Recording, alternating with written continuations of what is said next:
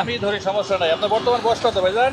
বর্তমান বয়স 42 বছর। তাহলে মোটামুটি তো সবকিছু বোঝেন দেশের। মোটামুটি আগামীতে যে নির্বাচনটা আসতেছে, কোন দল ক্ষমতায় গেলে দেশের জন্য ভালো হবে? এটা ধারণা কোন দল গেলে ভালো হবে না, একজনের এক মন্তব্য। আপনার মন্তব্য? আমার মন্তব্য হিসাবে মানে দল তো করি না, কাম করি ভাত খাই। অবশ্যই। মানে অনেকে বলে ইসলাম আসলে ভালো হয়, জামায়াত ইসলাম আসলে ভালো হয়, ভালো বলে। হবে, তাই তো? বলে আচ্ছা, ধরেন জামায়াত ইসলাম ক্ষমতা আসলো, আপনার আশা পূর্ণ হলো, আপনি কি চাইবেন এই দলের কাছে দেশের জন্য কি কাজ করবে? আমি চাইবো জানি 5 ওয়াক্ত নামাজ পড়তে পারি, আর এই যে বিড়ি সিগারেট খাওয়া, নেশা পানি এগুলো জানি ভালো হয়, এই জন্য।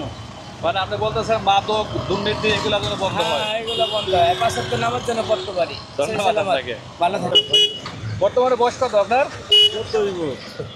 40, 42, 50। যাই হোক, জানতে চাচ্ছিলাম সামনে একটা সংসদ নির্বাচন আছে, কোন দল রাষ্ট্রের ক্ষমতায় গেলে দেশের জন্য কল্যাণকর বা মঙ্গল হবে? অনেক দল ক্ষমতায় মানে কেমনে বলুন তো? তা আপনার একটা ধারণা আছে না, যেহেতু আপনি একটা বয়স্ক মানুষ, আমার মতোই বয়স আপনার, আমরা তো অনেক কিছু দেখছি তাই না? সেই হিসাবে অনুমান করলে কোন দল ক্ষমতায় গেলে ভালো হয়? আওয়ামী লীগ, বিএনপি, জামাত, অন্য কোনো? ভাই কে ঠায় ভালো করবো কত?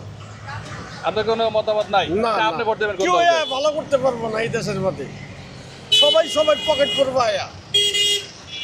একটা ভালো লোক চাই দেশের মধ্যে, তো সেটা তো আমাদেরকে বেছে বের করতে হবে তাই ঠিক না? আছে? একটা ভালো একটা লোক চাই দেশের মধ্যে, যার ভিতরে কোনো দুর্নীতি নাই, আটপারি পাটপারি নাই, নিরপেক্ষ লোক একটা চাই আমরা। এরকম দল তো দেয় জামাত, জামাতের ভিতরে দুর্নীতি নাই, চাঁদাবাজি নাই।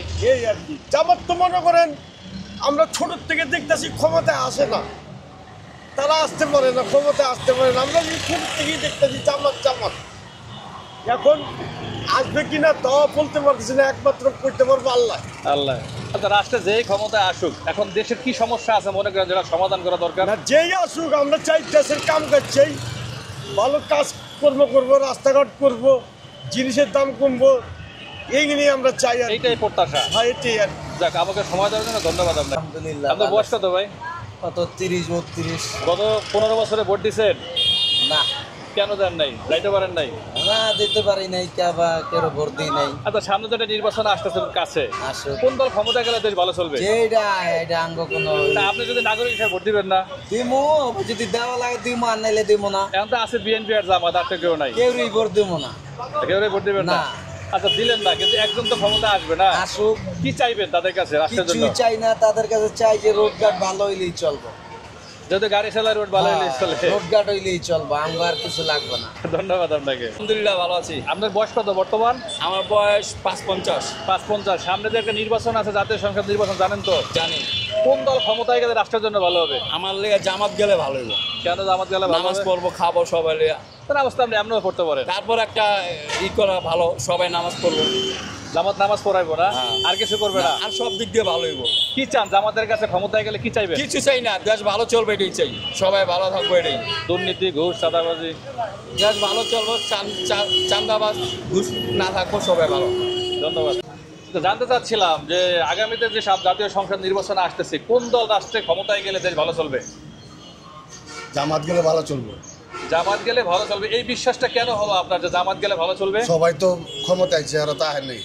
তারা আহে নাই, তারা আহে নাই। তারা কি ভালো করতে পারবে? কোন কোন দিকটা ভালো করবে? ভোট না দিলে, এক ক্ষমতা না দিলে আমরা কেমন ভালো করবো, খারাপ সেটাই করবো। বুঝতে পারতেছি যে আপনি মনে করেন যে জামাত ক্ষমতায় গেল, এখন আপনি কি চাইবেন দেশের জন্য, কি ধরনের? দেশের এই জন্য আগে লুটপাট করে গেছে, বিদ্যুতের দাম বাড়া গেছে, সাধারণ দ্রব্যমূল্য বাড়া গেছে, এগুলো কমাইলি আল্লাহর মধ্যে সবাই ভালো পাবে।